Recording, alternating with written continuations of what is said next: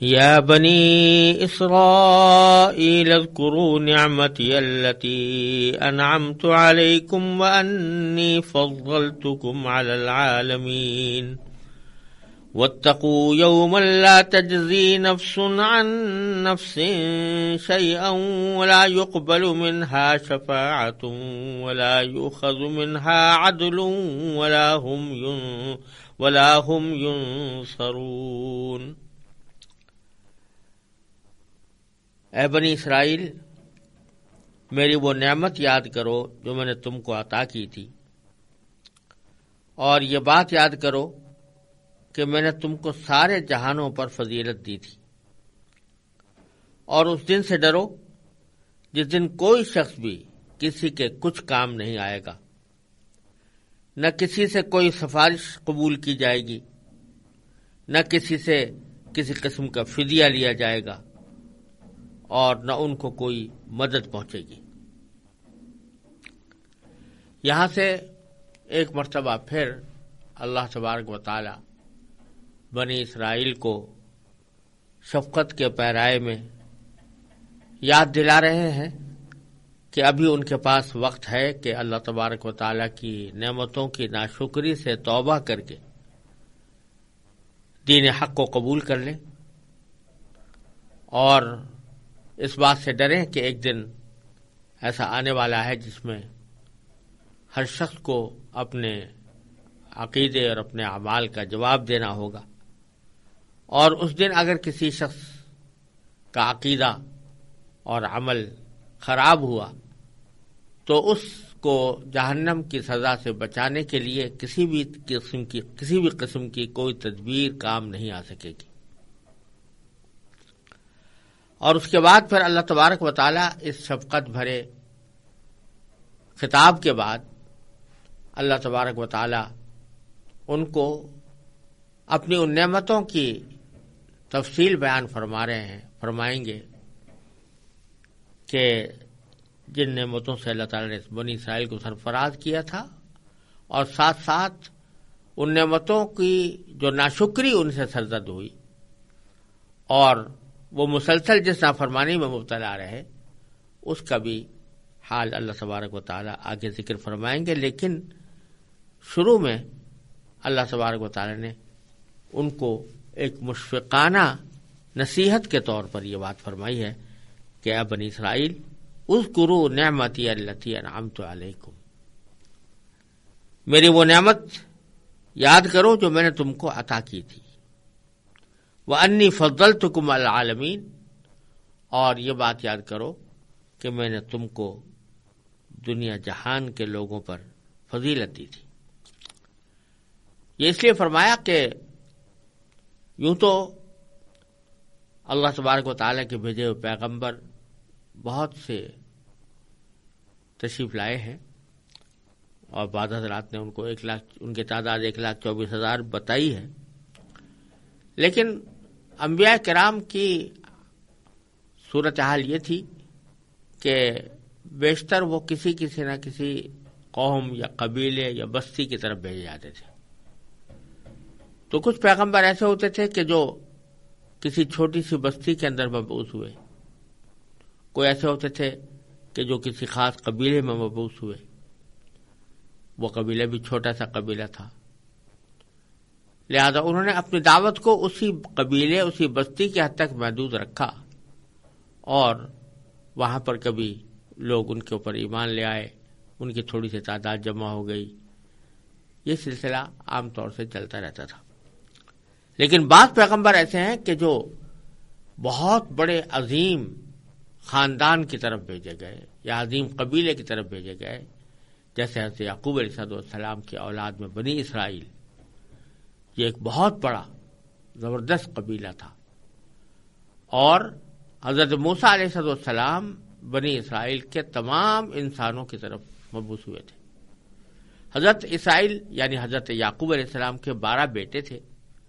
اور ان 12 بیٹوں میں سے ہر ایک بیٹے سے نسل چلی،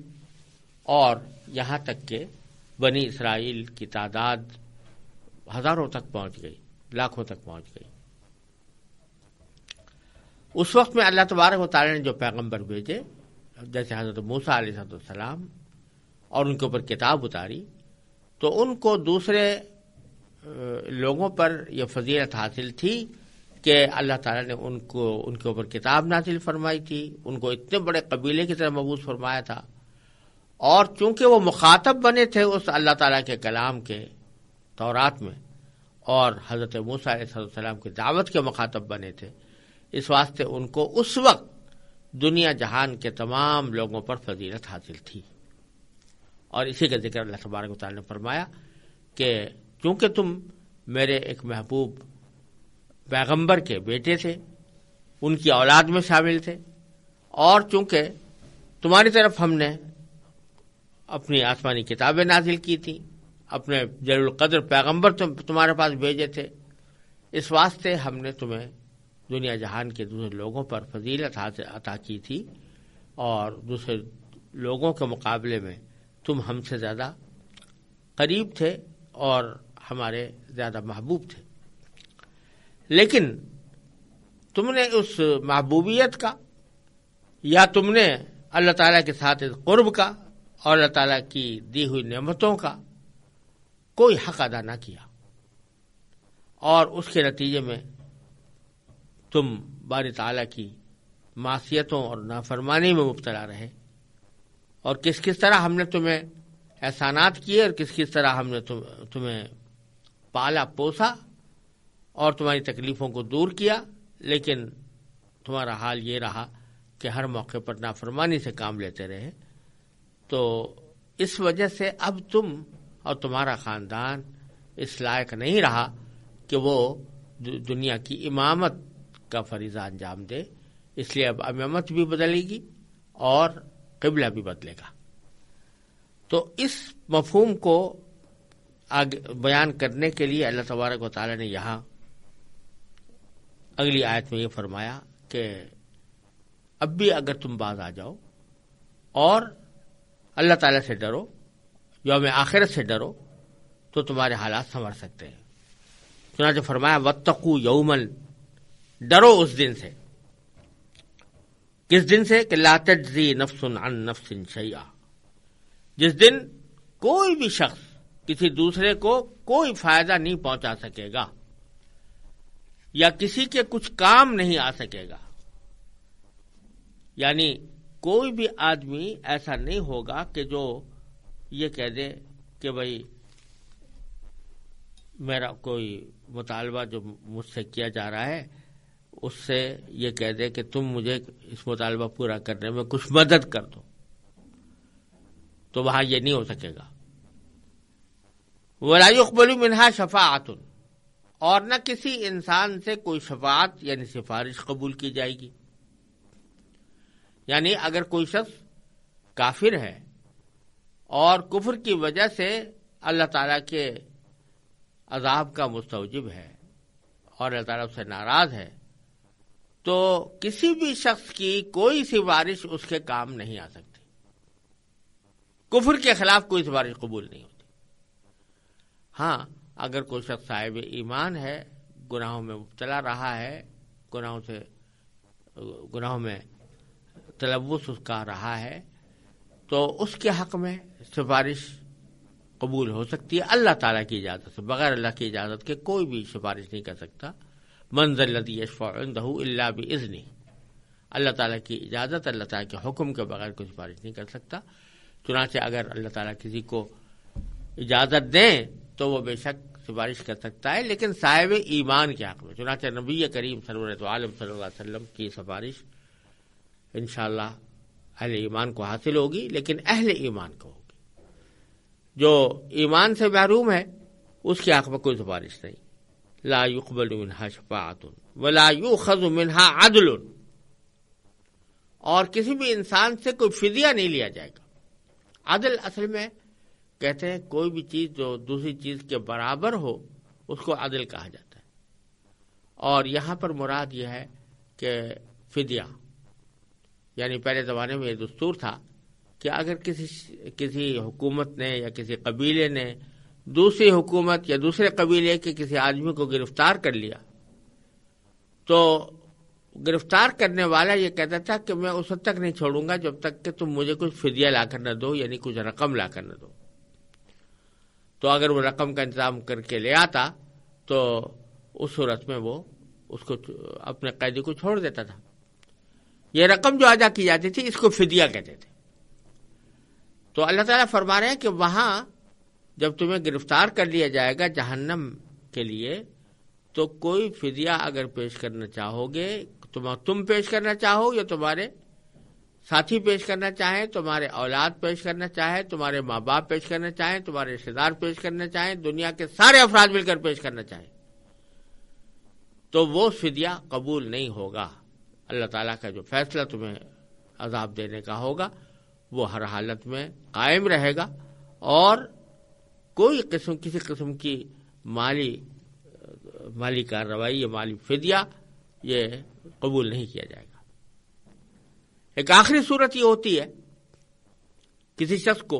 کسی تکلیف سے بچانے کی کہ کوئی آدمی آ کر اس کی مدد کر دیتا ہے۔ مدد کس طرح کر دیتا ہے کہ مثلا کسی کو تکلیف تو پہنچی تھی لیکن اس کے مداوا کرنے کے لیے، اس پر مرہم رکھنے کے لیے کوئی آ گیا۔ ایک تو یہ طریقہ ہوتا ہے، دوسرا یہ طریقہ بھی ہوتا ہے کہ کوئی شخص دوسرے کی مدد اس طرح کر رہا ہے کہ جس نے اس کے اوپر دعویٰ کیا تھا اس کے خلاف گواہی جا کر دیتا ہے۔ غرض کسی شخص کی طرفداری کی، حمایت کی، مدد کی مختلف شکلیں ہو سکتی ہیں دنیا میں۔ اللہ تعالیٰ آخر میں فرمایا وَلَا هُمْ يُنصَرُونَ، یعنی کسی کی مدد بھی نہیں کی جائے گی۔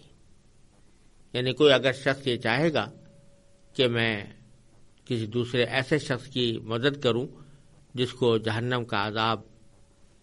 دیا جائے گا یا دیا جا رہا ہے اور جو عذاب جہنم میں ہمیشہ رہے گا، تو کوئی ایسی سفارش کر دوں کہ جو اس کو جہنم کے دائمی عذاب سے نجات دلا دے، تو اگر 1000 کوشش کر لے لیکن مدد کرنے سے کوئی مدد ہوگی نہیں، تو اس وَلَا هُمْ يُنصَرُونَ، ان کی مدد بھی نہیں کی جائے گی۔ یہ 2 آیتیں تمہید کے طور پر بیان کر کے اور اس کو مطابق نصیحت فرما کر آگے اللہ تبارک و تعالی نے ایک طویل سلسلہ آیات کا اس موضوع پر نازل فرمایا ہے کہ جس میں بنی اسرائیل کے اوپر کیے جانے والے انعامات کی بہت تفصیل ہے، اس کی جزیات بیان ہوئی ہے، اور ان لوگوں نے ان انعامات کو کس طرح ٹھکرایا یا ان انعامات کی کس طرح ناقدری کی اس کی تفصیل آئی ہے۔